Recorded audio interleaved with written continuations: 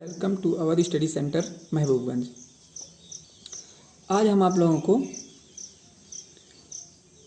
NCERT math class 10 का जो है 3.5 यानी प्रश्नावली 3.5 पढ़ाने चल रहे हैं। इसमें प्रश्न नंबर 1 और प्रश्न नंबर 2 हम पिछले वाले पार्ट में पढ़ा चुके हैं। पिछली वीडियो में आप लोगों को हल करवा चुके हैं। तो अब हम इसमें 3 और 4 जो बचा है उसको आज पढ़ाएंगे। तो प्रश्नावली 3.5 का तीसरा सवाल देखिए। चैनल को जरूर सब्सक्राइब कर लीजिए, बेल आइकन भी दबा दीजिए। ये जो है आप लोगों के ही हित की बात है। तो ऐसा किए रहेंगे तो आप लोगों के पास नोटिफिकेशन और जो यहाँ से पढ़ाया जाएगा वो सब पहुँचता रहेगा। आप लोग सुविधा पूर्वक आप लोग अपने देख सकते हैं कभी भी। तो पहला देखिए, इसमें तीसरा प्रश्न कह रहा है निम्नलिखित रैखिक समीकरणों के युग्म को प्रतिस्थापन एवं वज्र गुणन विधियों से हल कीजिए। किस विधि को आप अधिक उपयुक्त मानते हैं? मतलब जो आप समीकरण देख रहे हैं, इस समीकरण को आप लोगों को दो विधियों से हल करना, एक तो प्रतिस्थापन विधि और एक वज्र गुणनखंड विधि। और दोनों विधियों को हमने आप लोगों को बताया है, यानी जो आप लोग पहले पढ़ चुके हैं वही सवाल है। दोनों में ये आप लोगों को जांच करना है, पता करना है कि कौन सी विधि उपयुक्त ज़्यादा है, कौन सी विधि ज़्यादा हमको समझ में आ रही है, अच्छी है। तो पहले हम इसको लगाते हैं प्रतिस्थापन विधि से। तो देखिए,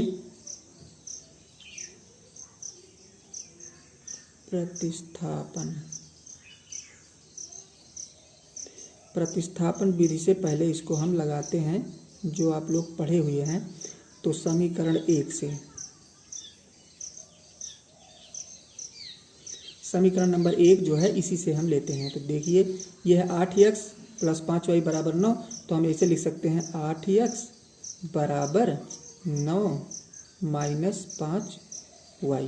9 - 5y भी इसको लिख सकते हैं, क्योंकि इसको जब हम पक्षांतर करेंगे तो 9 के उधर जाएगा तो माइनस हो जाएगा। या x बराबर हम लिख सकते हैं 9 - 5y बटा कितना, यही 8। यानी ये आपका x का मान हो गया। अब इस मान को समीकरण 2 में रख देते हैं, यानी x के मान को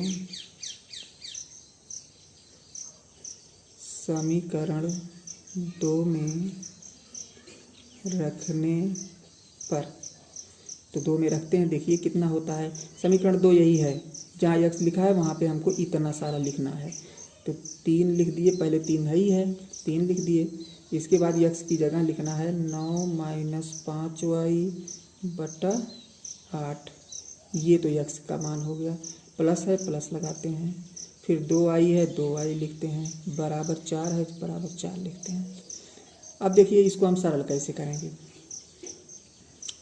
सरल करने का मतलब ये है कि इस 3 से अंदर में गुणा करेंगे और इस 8 से जिसके जिसके नीचे 8 नहीं है सब में गुणा करेंगे। तो इस 3 से जब इसमें गुणा करेंगे 3 - 9 = 27 और फिर -3 × 5 = 15y हो गया। 3 × 5 = 15y, 3 × 9 = 27। फिर देखिए 8 से प्लस लगाएंगे, 8 दूनी 16y, फिर 8 दूनी 16y हो गया और 8 चौक 32, ये हो गया। अब इसको थोड़ा सा और सरल करते हैं।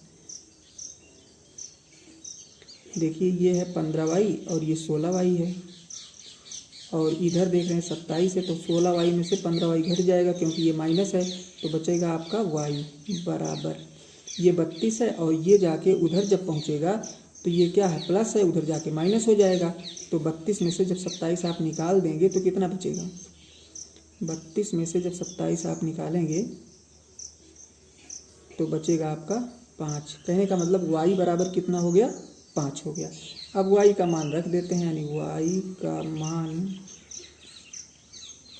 समीकरण 1 में रखने पर, तो समीकरण 1 में रखिए। चलिए समीकरण नंबर 1 आप देख रहे हैं, यह है 8x + 5y, यानी 8x + 5y बराबर 9 है। इसी में रखना है आपको, y जहाँ लिखा वहाँ पे 5 लिखना है। 8x + 5 गुणे 5 है ही है और y का मान भी 5 है, बराबर 9। तो 8x बराबर ये 25 हुआ, 25 उधर चला जाएगा तो माइनस हो जाएगा, यानी 25 जब इधर जाएगा तो माइनस होगा, और -25 होगा और +9, तो -25 से 9 घट जाएगा तो माइनस कितना बचेगा 16, या x बराबर 8 से भाग दे देंगे, कितना है 2, यानी आपका आ गया x बराबर 2 और y बराबर 5, ये आ गया। ये तो हो गया प्रतिस्थापन विधि से हल। अब हम आप लोगों को इसी सवाल को बीजगुणनखंड विधि से बताते हैं।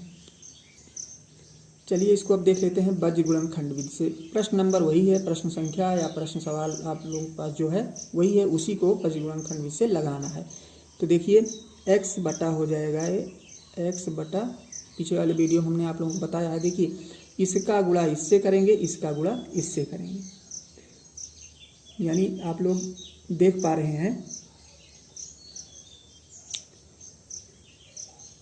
5 का गुणा जो होगा इससे करेंगे और 2 का गुणा 9 से करेंगे। तो एक पार्ट में पहले हम इतना लेंगे, x वाले के लिए इतना लेंगे, y वाले के लिए पूरे में लेंगे, इसका यहाँ तक, इसका यहाँ तक, और एक वाले के लिए इसका इसका इसका, यानी एक वाले के लिए ये पार्ट, y वाले के लिए इधर वाला पार्ट, x वाले के लिए ये पार्ट, और y के लिए पूरा बड़ा वाला पार्ट, और एक के लिए ये बाएं साइड का पार्ट। तो x का बटा हम इतना लिखेंगे 5 गुणे -4, 5 गुणे -4, माइनस लगाएंगे, फिर है 2 गुणे -9, 2 गुणे -9। देखिए माइनस क्यों हो गया, क्योंकि इसको अंदर रखेंगे, c का मान जो होता है अंदर से लिया जाता है बराबर के बाईं तरफ से, तो इसको जब इधर ले जाएंगे, इधर प्लस है तो इधर ले जाएंगे तो माइनस हो जाएगा। फिर देखिए y का मान, y में हमको लेना है 3 गुणे -9, 3 गुणे -9, 3 गुणे -9 का मतलब देखिए 3 गुणे -9, उसके बाद इसी तरह 8 गुणे -4, 8 गुणे -4, और फिर 1 बराबर 1 का मान भी ले लेते हैं, तो 1 के मान में आपका हो जाएगा 8 गुणे 2 गुणे 2, 8 गुणे 2 और 3 गुणे 5। ध्यान रहे बीच बीच में माइनस होता है। अब सरल करते हैं, यहाँ पे एक हम आप लोगों को स्केल से लकीर खींच देते हैं, मिलने ना पाए।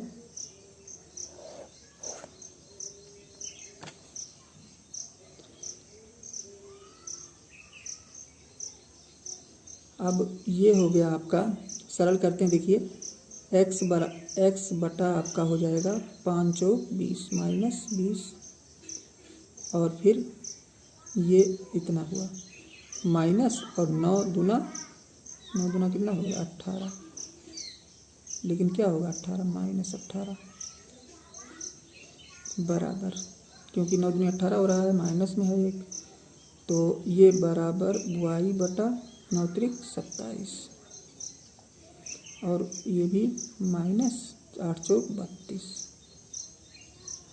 बराबर 1 बटा 8 दूनी 16 -5 तियां 15। चलिए आगे देख लेते हैं।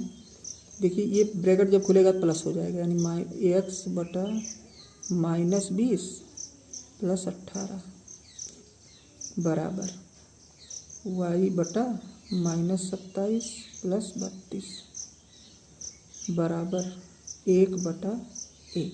16 में से 15 निकाल दिए, 1 आया। चलिए आगे 20 में से 18 निकलेगा, x बटा -2 बराबर y बटा 32 में 27 निकला 5, और ये 1 बटा 1 है ये। अब इसका तुलना इससे करेंगे, इसका तुलना इससे करेंगे, तो पहले x का देख लेते हैं, x बटा -2 बराबर 1 बटा 1। अब x बराबर कितना हो जाएगा, x से कन्नम x हुआ और 2 एक कन्नम 2 बराबर -2। y का मान देख लेते हैं, y बटा 5 बराबर 1 बटा 1, या y बराबर 5 एकम 5। अब देखिए y का मान आ गया 5 और x का मान आ गया -2। और यही मान आप लोगों का प्रतिस्थापन विधि से भी आया था। तो ये आपका आंसर हो गया। यानी आंसर में हम लिख सकते हैं x बराबर 5, x बराबर -2 है और y बराबर 5। ये आप लोगों का उत्तर हुआ। चलिए अब चौथा सवाल देखते हैं। प्रश्न संख्या 4 का पहला देखिए। प्रश्न संख्या 4 में कह रहा निम्नलिखित संख्याओं में रैखिक समीकरणों के युग्म बनाइए और उनके हल यदि उनका अस्तित्व हो किसी भी बीजगणितीय विधि से ज्ञात कीजिए। मतलब समीकरण बना करके आप लोग चाहे प्रतिस्थापन विधि से, चाहे विलोपन विधि से, चाहे बीजगुणनखंड विधि से, किसी विधि से हल प्राप्त करना है, आंसर हमको निकालना है, तीनों में से किसी विधि का प्रयोग करके। तो इसका पहला प्रश्न देखिए, कह रहा है एक छात्रावास के मासिक व्यय का एक भाग नियत है तथा शेष इस पर निर्भर करता है कि छात्र ने कितने दिन भोजन किया। जब एक विद्यार्थी ए मतलब किसी विद्यार्थी का नाम है, को जो 20 दिन भोजन करता है 1000 छात्रावास के व्यय के लिए अदा करने पड़ते हैं, जबकि एक विद्यार्थी बी जो है उसको 26 दिन भोजन करने के लिए छात्रावास के व्यय के लिए 1180 अदा करने पड़ते हैं। तो पूछ रहा है नियत व्यय और प्रतिदिन के भोजन का मूल्य कितना होगा या ज्ञात कीजिए। मतलब एक नियत है, नियत का मतलब आप छात्रावास में भोजन कर रहे हैं तो उतना रुपया तो आपको लगेगा ही, और 20 दिन या 25 दिन जितना करेंगे वो वाई रुपये या जो हम माने रहेंगे उसके हिसाब से आपको देना होगा। तो हम यहाँ पे मान लेते हैं कि नियत कह रहा मासिक व्यय नियत है, यानी एक भाग नियत है, तो मान लेते हैं नियत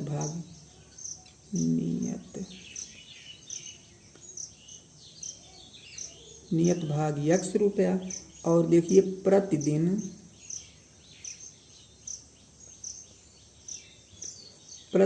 का खर्च बराबर y रुपया, यानी एक दिन का y रुपया। और नियत भाग जो है, नियत रुपया आपको जो देना है वो कितना है x रुपया। तो प्रथम शर्त में आप लोग देखेंगे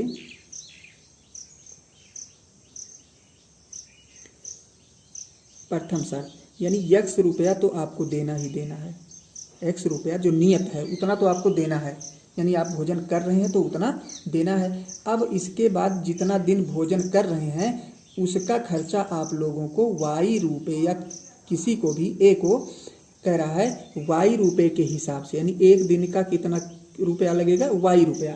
तो ए जो है कितना दिन भोजन कर रहा है 20 दिन कर रहा है, तो 20 एक दिन का भोजन का खर्चा है y रुपया, तो 20 दिन का कितना हो जाएगा 20y। ये तो नियत हो गया, इसको आपको देना ही देना है। मान लो ये 50 रुपया है, 50 तो आपको देना है अगर छात्रावास में भोजन कर रहे हैं, वो सबके लिए अलाउ है या सबको देना है। अब रही बात अतिरिक्त जो है, वो अतिरिक्त आप जितना दिन भोजन करेंगे वो आपको पैसा देना होगा। 20 दिन इसने भोजन किया और एक दिन का हमने मान लिया है खर्चा उसका लग रहा है कितना y रुपया, तो 20 को y से गुणा करेंगे तभी तो पता चलेगा 20 रुपये का 20 दिन का कितना हुआ। तो ये दोनों मिला करके उसे कितना देना पड़ रहा, पहली बार 1000 रुपये, यानी ए को कितना देना पड़ रहा है 1000 रुपये। ये आपका पहला समीकरण बन गया।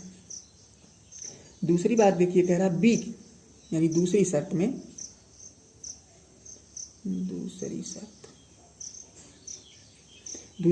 बी जो है वो 26 दिन भोजन कर रहा है, तो इसका भी नियत किराया जो है, नियत व्यय जो है वो कितना है x है, और ये 26 दिन भोजन कर रहा है तो 26y हो जाएगा इसका, एक दिन का y रुपया तो 26 दिन का 26y रुपया। ये सब मिला करके इसको 1180 रुपये व्यय करने पड़ रहे हैं, 1180 रुपये देने पड़ रहे हैं। ये आपका सेकंड समीकरण हुआ। अब इन्हीं दोनों समीकरणों को हमें क्या करना है, हल कर लेना है। तो दोनों समीकरण हम हल करते हैं। देखिए पहला समीकरण लिख लें पहले, x + 20y बराबर 1000, और फिर x + 26y बराबर 1180 रुपये। पहला था और ये समीकरण नंबर 2 है। देखिए यहाँ पे दोनों एक पद बराबर है हमारा, तो यहाँ माइनस लगाएंगे, घटाने पर लिख करके समीकरण को एक में से दो, समीकरण एक को मतलब 2 को 1 से घटाने पर ये तो आपका कट जाएगा और ये 26 में से 20 निकल जाएगा, तो -6y बराबर, यहाँ पे भी देखिए 1000 से निकाल देंगे, 1180 में से 1000 निकाल देंगे तो 180 बचेगा। दोनों तरफ माइनस है, माइनस खत्म हो गया, 180/6 हुआ, काट देंगे 6 × 18, यानी y का मान कितना आ गया, सारी y का मान आ गया आपका 30 रुपया।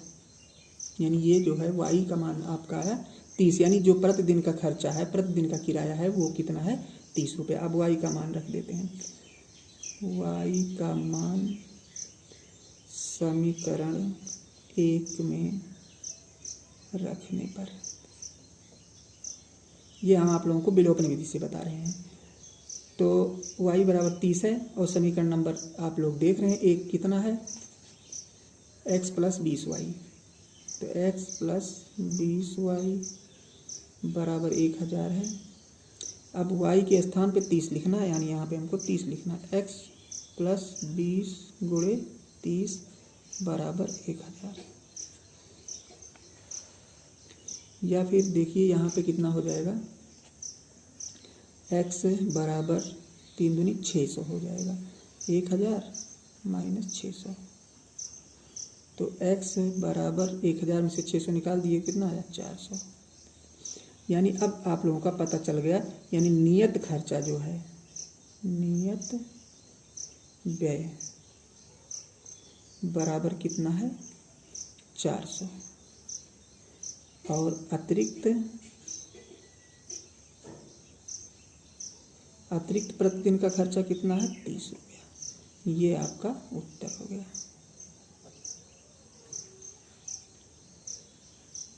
चलिए अगला प्रश्न देखते हैं। अगला प्रश्न देखिए, कह रहा एक भिन्न 1/3 हो जाती है जब उसके अंश से 1 घटाया जाता है, और वह 1/4 हो जाती है जब हर में 8 जोड़ दिया जाता है, तो वह भिन्न ज्ञात कीजिए। तो भिन्न हमको पता नहीं है, तो हम भिन्न मान लेते हैं।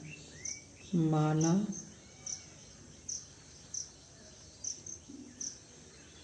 भिन्न बराबर x/y, x/y हमारा भिन्न है।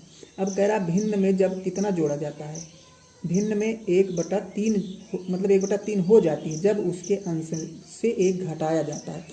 तो अंश से 1 घटाया जाता है, अंश कितना है, हर है, अंश x है, तो अंश से जब 1 घटा देते हैं और y तो वही रहेगा, हर वही रहेगा, तो भिन्न का मान 1/3 हो जाता है। अब इसको सरल कर लेते हैं, देखिए 3x - 3 बराबर y, y का नाम y, या 3x - y बराबर 3, ये आपका प्रथम समीकरण बना। दूसरी शर्त में देखिए, दूसरी शर्त में आपसे कह रहा है कि वह 1/4 हो जाती जब हर में 8 जोड़ा जाता है, तो हर में इस बार हमें 8 जोड़ देना है, x में कुछ नहीं करना है, y में 8 जोड़ देना है, तब इसका मान कितना हो जाता है, 1/4 हो जाता है। बहुत आसान क्वेश्चन है और परीक्षा की दृष्टि से महत्वपूर्ण भी है। यानी ये प्रश्न परीक्षा में ऐसे प्रश्न अक्सर पूछे जाते हैं और आसान एकदम रहते हैं, कुछ करना नहीं, जैसे कह रहा है उसी तरीके से आप लोगों को कर देना है, केवल बस जैसे वो कह रहा है उसी तरीके से आपको मान रख करके क्रॉस मल्टीप्लाई करके समीकरण बना करके हल करना है। अब समीकरण हल करना तो आना मस्ट है, मतलब ज़रूरी है, तो जब तक समीकरण आप लोग नहीं हल कर पाएंगे तब तक सवाल आना संभव नहीं है। तो कोई ना कोई विधि आप लोगों को जानना जरूरी है। मान लीजिए तीनों विधियां आप लोगों को नहीं आ रही, कोई एक आध विधि फंस रही है, तब भी आप लोगों को 2 विधि आना जरूरी है। 2 नहीं आ रही तो कम से कम 1 विधि का आना मस्ट है, क्योंकि कोई भी सवाल लगाने के लिए आप लोगों को एक समीकरण का यूज तो करना ही होगा कि कोई भी विधि आप जानने का प्रयास करें। मतलब तीनों जान ले अच्छी बात है, पर अगर नहीं समझ में आ रहा है या कोई दिक्कत हो रही है तो एक विधि बहुत ज़रूरी है। तो देखिए ये हो जाएगा 4x बराबर y + 8 या 4x - y बराबर 8, ये आपका सेकंड समीकरण हुआ। अब दोनों समीकरण देखिए हम सरल करते हैं। पहला समीकरण आपका है 3x माइनस वाई बराबर 3 और 4x माइनस वाई बराबर 8। ये पहला समीकरण है और ये दूसरा है। अब मान रखते हैं, देखिए मान का मतलब सरल कर लेते हैं इसको। देखिए यहाँ पे दोनों का निशान हमारा एक पद बराबर है और दोनों का निशान सेम है, तो लिखेंगे घटाने पर। जब घटाएंगे तो ये निशान हमारा बदलेगा, ये कट गया, ये भी माइनस हुआ, इसमें से इसको घटा लेंगे तो बचेगा -x और यहाँ पे 8 में से 3 घटाएंगे तो -5 या x बराबर कितना आया 5। अब देखिए 5 का मान रख देते हैं। x का मान समीकरण 2 में रखने पर, तो 2 में रख देते हैं x का मान। समीकरण नंबर 2 देख रहे हैं आप लोग, ये है 4x माइनस वाई बराबर 8। x बराबर आया 5, तो 4 गुणे 5 माइनस वाई बराबर 8 या माइनस वाई बराबर 8 माइनस 20। ये जाके देखिए 4 पंचे 20 हुआ ना, 20 जाके इधर जब जाएगा बराबर के तो माइनस हो जाएगा, तो माइनस वाई बराबर 20 में से 8 घट जाएगा, कितना आया 12 या वाई बराबर 12। यानी अब आप लिख सकते हैं कि नियत किराया, नियत नहीं भिन्न किराया तो पिछले सवाल में था, भिन्न आपका कितना हो गया, x का मान आया 5 तो 5 ऊपर, y का मान आया 12, 12 नीचे। ये आपका आंसर हो गया।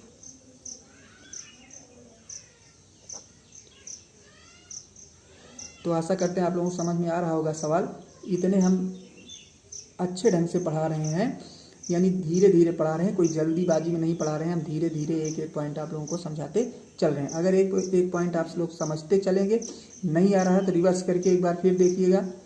अगर कोई पॉइंट छूटता है, नहीं समझ में आता है तो एक बार बैक करके फिर आप लोग पढ़िए। ऐसे ऐसे अगर पढ़ेंगे तो कोई भी पॉइंट ऐसा नहीं है जो आप लोगों को समझ में ना आए, क्योंकि हम जान रहे हैं आप लोग 10 में पहुँच गए हैं, तो ये नहीं है कि आप लोग जो है 1 और 2 और 4 3 के लड़के हैं, बच्चे हैं। तो ऐसी स्थिति में आप लोग समझना चाहेंगे तो कुछ भी ऐसा नहीं है कि जो समझ में ना आए, और हम जहाँ तक हो रहा वहाँ तक स्पष्ट क्लियर, किसी भी फैक्ट को हम छोड़ नहीं रहे हैं। तो चलिए नेक्स्ट क्वेश्चन पर। अगला प्रश्न देखिए, कह रहा है तीसरा वाला, यश ने एक टेस्ट में 40 अंक अर्जित किए।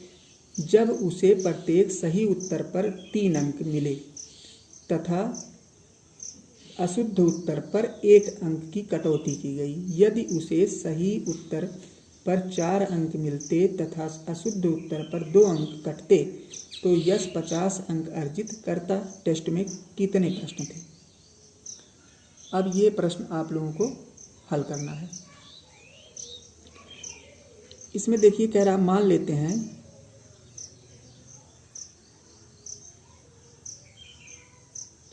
सही प्रश्न बराबर x और गलत जो थे y थे। गलत प्रश्न कितने थे? y, और सही प्रश्न कितने थे? सही प्रश्न आपके x थे। अब कुल प्रश्न कितने थे? कुल प्रश्न बराबर x प्लस y। ये तो आपके कुल प्रश्न हो गए। अब प्रथम शर्त में कह रहा है, प्रथम शर्त में आप लोगों को कह रहा है कि एक 3 अंक मिले, यानी शुद्ध पर, जो सवाल सही है उस पर कई अंक मिल रहे हैं? एक प्रश्न पर 3 अंक मिल रहे हैं। और हमने माना है कि कुल कितने सही सवाल थे, सवाल प्रश्न मतलब जो प्रश्न उसने किए थे उसमें से x प्रश्न सही थे, और एक पर उसे कितना नंबर मिला है? 3 नंबर। और x सही है, मान लेते हैं जैसे 15 सवाल सही है, 15 प्रश्न सही है, और एक पर कितना मिला? 3 नंबर मिला। तो 15 पर कितना हो जाएगा? 15 तियां 45 नंबर मिल जाएगा ना। तो कहने का मतलब हो गया कि एक प्रश्न पर उसे 3 नंबर मिल रहे हैं और उसका x प्रश्न सही है। तो x में जब 3 से गुणा कर देंगे तो ये पता चल जाएगा कि कितने प्रश्न उसने सही किए हैं। तो ये हो जाएगा 3x। जब 3 से x में गुणा करेंगे तो 3x। अब देखिए गलत, उसने कितने प्रश्न गलत किए हैं, तो गलत वाला भी प्रश्न तो हमको ऐड करना है, यानी उसी में हमको गलत का प्रश्न भी देखना है। तो गलत के लिए कह रहा है अशुद्ध उत्तर पर 1 अंक की कटौती होती है। तो वाई उत्तर उसने गलत किया था, वाई प्रश्न उसने गलत किया था, तो वाई को 1 से गुणा करेंगे तो कितना होगा, वाई ही होगा, और ये कटौती घट जाएगी, यानी जितना पाया उसमें से जो कम हो रहा है तो घटाना ही है ना। तो ये आपका सब मिला करके कह रहा है, ये इसने 40 अंक अर्जित किए थे तो 40 अंक मिल गया, यानी इतने में से इतना घटाए तो 40, मतलब समीकरण नंबर 1। एक बार फिर से समझिए। प्रथम शर्त में देखिए कह रहा है कि उसने 1 अंक 3 अंक सही सवाल के 3 अंक मिले, यानी एक अगर सवाल उसने सही किया तो उसको कितने अंक मिले, 3। और हमने माना है उसने कुल कितने सवाल सही किए हैं, x, तो x में 3 से गुणा कर देंगे तो 3x नंबर उसको मिला सही के। और y के लिए उसकी 1 नंबर कट जाते हैं, तो y प्रश्न मतलब 1 नंबर कटता है जब वह गलत कर देता है। तो उसने गलत कितना किया है, y, तो y से 1 में गुणा कर देंगे तो y होगा, इतना कम हो जाता है नंबर, मतलब 3x उसने पाया था जिसमें से गलत की वजह से इतना कम हो गया, सब मिला करके उसको कितना मिला, 40 नंबर। ये आपका प्रथम समीकरण हो गया। दूसरी शर्त में देखिए, दूसरी शर्त भी यही है।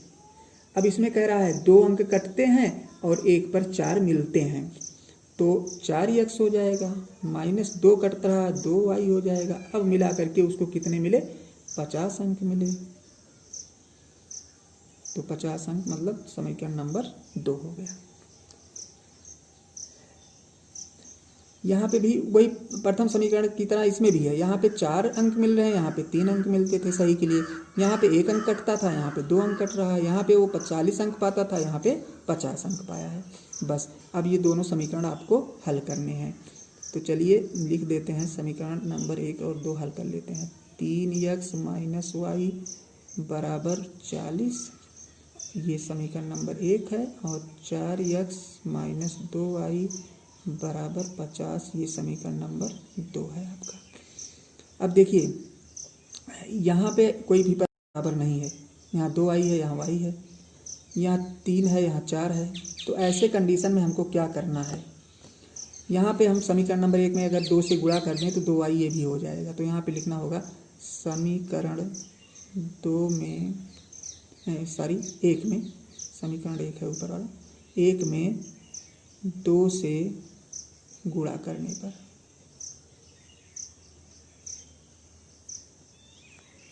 तो गुणा जब करेंगे तो देखिए कितना हो जाएगा, 3 दूना 6x माइनस 2y बराबर 40 दूना 80। फिर देखते हैं नीचे वाला समीकरण वैसे ही रहेगा, 4x - 2y बराबर 50। देखिए जो हम पद बराबर किए उसका निशान जो है सेम है, तो लिखेंगे घटाने पर, और घटाने पर लिखेंगे तो निशान भी बदलेंगे, प्लस रहेगा माइनस, माइनस रहेगा तो प्लस। देखिए कट जाएगा और ये माइनस होकर 2x बचा, और ये आपका बच जाएगा 80 में से 50 निकल गया तो 30, या x बराबर आपका आ गया 15। x बराबर कितना है, 15, और यक्स हमने माना था क्या, सही प्रश्न, कहने का मतलब सही प्रश्न उसने कितने किए, 15। अब x का मान रख देते हैं, x का मान समीकरण 1 में रखने पर, समीकरण 1 में हम रख देते हैं x का मान, तो समीकरण नंबर 1 हमारा यही है, 3x है, 3x - y बराबर 50, 3x - y बराबर 40 है।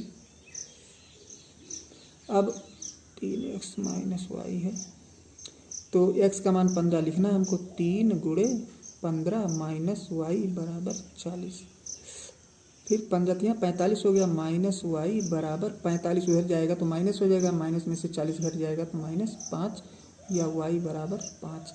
यानी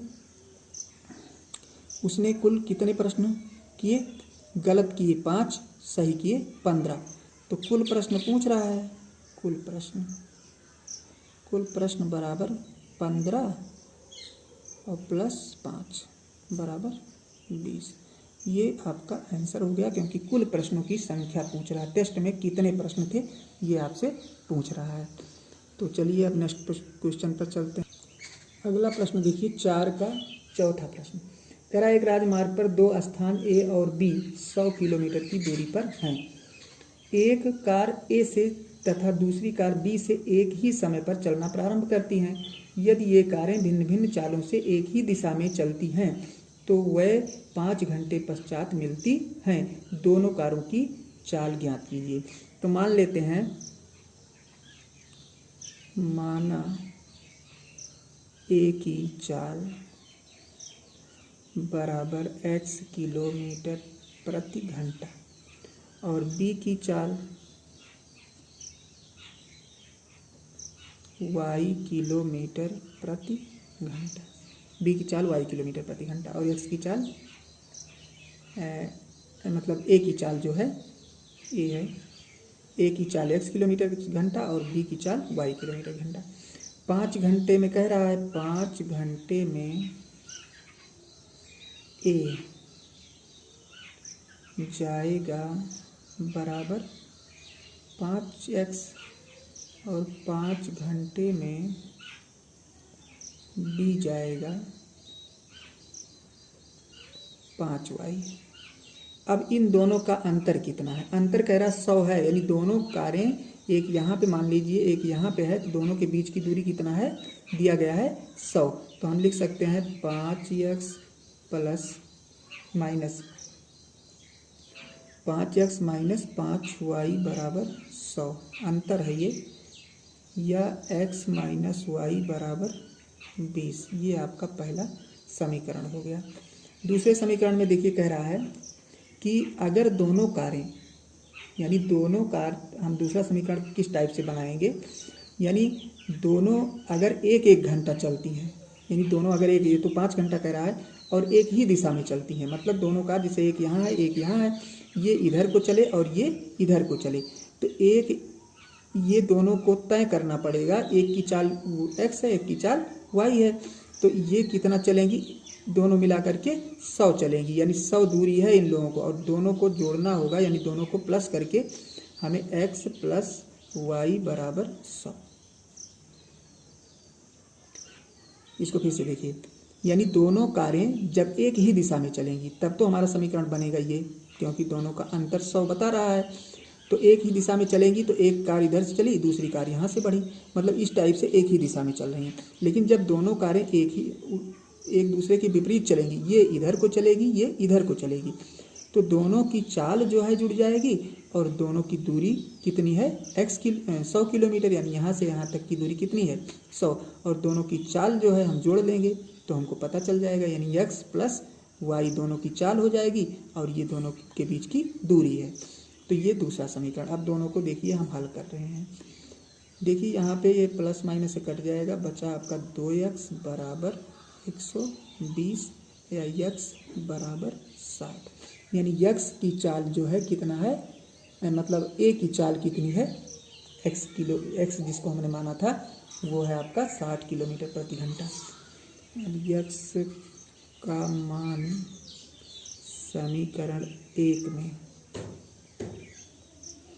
रखने पर, x का मान समीकरण 1 में रख देते हैं, तो समीकरण 1 हमारा कौन सा है, यही है, तो वहाँ पे लिख देंगे 60 माइनस वाई बराबर 20, या माइनस वाई बराबर, ये 60 उधर जाएगा माइनस हो जाएगा, माइनस में स्पेस निकाल देंगे तो माइनस 40, या वाई बराबर 40। दोनों की चाल निकल आई। ए की चाल बराबर x माना था तो 60 किलोमीटर प्रति घंटा, y की चाल 40 किलोमीटर प्रति घंटा, y की चाल 40 किलोमीटर प्रति घंटा और मतलब a की चाल 40 किलोमीटर प्रति घंटा और b की चाल, a की चाल 60 किलोमीटर और ये b है, b की चाल 40 किलोमीटर प्रति घंटा।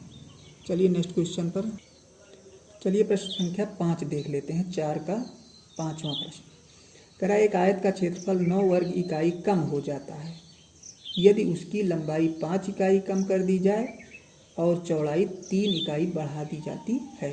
यदि हम लंबाई को 3 इकाई और चौड़ाई को 2 इकाई बढ़ा दें तो क्षेत्रफल 67 वर्ग इकाई बढ़ जाता है।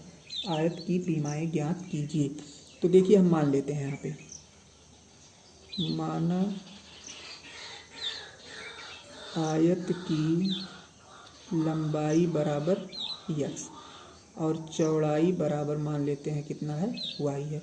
अब देखिए क्षेत्रफल कितना हो जाएगा हमारा, x गुणे y बराबर x y वर्ग मीटर। ये हमारा क्षेत्रफल हो गया जो हमने माना था उसके आधार पर। अब ये कह रहा है कि यदि उसकी लंबाई 5 इकाई कम कर दी जाए, लंबाई कितनी है x, तो x में से हम 5 कम करते हैं। फिर कह रहा है और चौड़ाई 3 बढ़ा दी जाए, तो चौड़ाई जो है हम 3 बढ़ा देते हैं, y प्लस 3। तो कह रहा ऐसे दशा में जो क्षेत्रफल है, क्षेत्रफल कितना है, x y क्षेत्रफल है, यही तो है क्षेत्रफल। ये क्षेत्रफल कह रहा है, शुरू में आप पढ़िए, एक आयत का क्षेत्रफल 9 वर्ग इकाई कम हो जाता है। तो जो क्षेत्रफल हमारा वास्तविक था वो 9 वर्ग इकाई कम हो गया, यानी x y में से हम 9 माइनस कर देते हैं। यानी जब ये कंडीशन होती है कि ये लंबाई 5 इकाई कम कर दी जाती, चौड़ाई 3 इकाई बढ़ा दी जाती है, तब क्षेत्रफल जो होता है वो 9 वर्ग इकाई कम हो जाता है। अब इसको हम सरल करते हैं। देखिए ये हो गया, x का y से गुणा करेंगे x y, x का 3 में गुणा करेंगे तो 3x, ये हो गया। 5 से गुणा करेंगे -5y और 5 3 15 बराबर x y -9। फिर देखिए ये x y कट जाएगा, क्योंकि एक को चाहे इसको बराबर की इधर उधर ले जाएंगे, माइनस हो जाएगा तो ये तो कट जाएगा। अब आपका बचा 3x -5y बराबर, देखिए ये प्लस है उधर चला जाएगा बराबर की, जब तुम प्लस माइनस है तो प्लस हो जाएगा, और प्लस में से ये 9 घट जाएगा क्योंकि ये माइनस है, तो कितना बचेगा, 15 में से 9 निकाल देंगे तो बचेगा 6। अब ये आपका पहला समीकरण बन गया। दूसरी बात देखिए, यानी दूसरी शर्त में क्या कह रहा है। दूसरी शर्त में कह रहा है यदि हम लंबाई को 3 इकाई और चौड़ाई को 2 इकाई बढ़ा लें, यानी दोनों बढ़ाने की बात कर रहा है, लंबाई को 3 चौड़ाई को 2, लंबाई को 3 इकाई और चौड़ाई को 2 इकाई बढ़ा दें, जो क्षेत्रफल जो है 67 वर्ग इकाई बढ़ जाता है। क्षेत्रफल जो है यानी x y जो है यही है क्षेत्रफल, ये 67 आपका बढ़ जाता है। तो इसको भी सरल कर लेते हैं, तो ये हो गया x y, फिर प्लस 2x प्लस 3y और 3 से 2 में गुणा करेंगे 3 दूना 6 बराबर x y प्लस 67।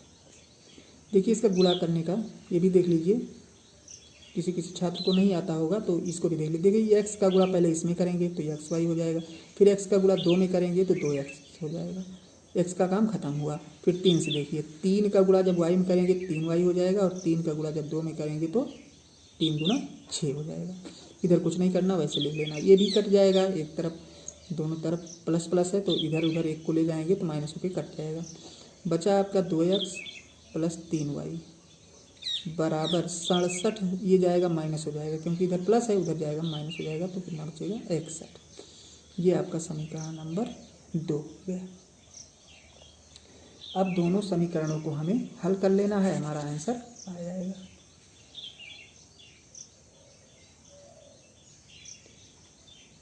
तो चलिए अब देख लेते हैं इनका हल।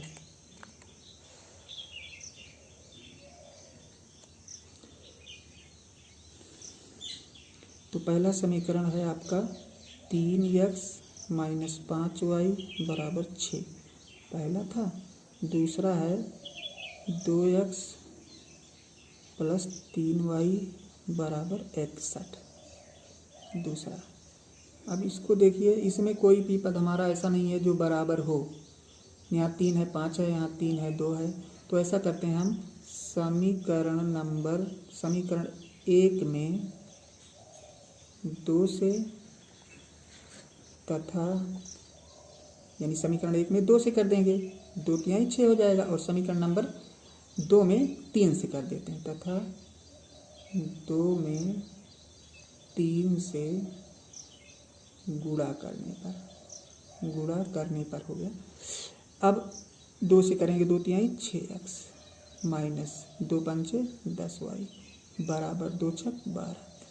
3 से इसमें करेंगे 3 दूना 6x 3 तिया 9y बराबर 6 3 18x कितना हो जाएगा 183। 3 एकम 3 3 छक 18। अब इसको सरल कर ले। देखिए दोनों का निशान सेम है तो माइनस करेंगे हम, यहाँ लिखेंगे घटाने पर। ये तो आपका कट गया 19y हो गया, जोड़ लेंगे तो। और इसमें से देखिए घट जाएगा, माइनस आएगी, 3 में से 2 गया 1 और 8 में से 1 गया 7, 1 है ये 2 और ये भी माइनस में है आपका। तो y बराबर माइनस माइनस खत्म हुआ, 19 9 171 होता है। यानी y का मान कितना आ गया, y का मान आपका आ गया 9, यानी चौड़ाई जो है आपकी 9 आ गई। अब y का मान समीकरण 1 में रखने पर, तो रख देते हैं। समीकरण 1 यही है, इसी में रखना है। y बराबर कितना है 9, तो हो जाएगा 3x प्लस 5 गुणे 9, y का मान बराबर 6। 3x बराबर 9 पचे 45, 6 और 45 हो जाएगा माइनस, कितना हो जाएगा यार, यहाँ पे माइनस है तो उधर जाएगा 9 पचे 45 प्लस हो जाएगा। तो 3x बराबर 51 x बराबर 17, यानी लंबाई आपकी निकल आई 17 और चौड़ाई है कितनी 9। ये आपका उत्तर आंसर होगा। तो आज आप लोगों ने प्रश्नावली 3.5 को समाप्त कर दिया। यानी जो 2 प्रश्न थे इसमें, दोनों प्रश्न हमने आज आप लोगों को बता दिए। अब प्रश्नावली संख्या 3.6 जो है नेक्स्ट वीडियो में हम बताएंगे आप लोगों को। आप लोग ध्यान से पढ़ते रहिए, क्योंकि टाइम जो है वो रुकता नहीं है। टाइम आप लोगों का बीतता जा रहा है, एक एक दिन, एक एक माह, एक एक दिन, ऐसे करके जो है ये टाइम आप लोगों का निकल रहा है। तो इसका आप सदुपयोग कीजिए। अगर घूमने टहलने में इसको व्यतीत कर देंगे तो आगे चल करके बहुत ही पछताना पड़ेगा आप लोगों को। इसलिए हमारी राय है कि आप लोग पढ़ते रहिए किसी भी तरीके से। ज़्यादा नहीं पढ़ा रहे हैं हम, थोड़ा पढ़ा रहे हैं, इसको ध्यान से आप लोग पढ़ते रहिए कंटिन्यू। इसमें लापरवाही बिल्कुल नहीं करिए, क्योंकि ये भविष्य की बात है। तो भविष्य के लिए अगर आज आप लोग सोचे रहेंगे तो आप लोगों का भविष्य उज्जवल होगा। नहीं तो आज जो आप लोग आनंद ले लेंगे तो भविष्य में आप लोगों को उसका नुकसान उठाना पड़ेगा। तो चलिए मिलते हैं नेक्स्ट वीडियो में, तब तक के लिए धन्यवाद।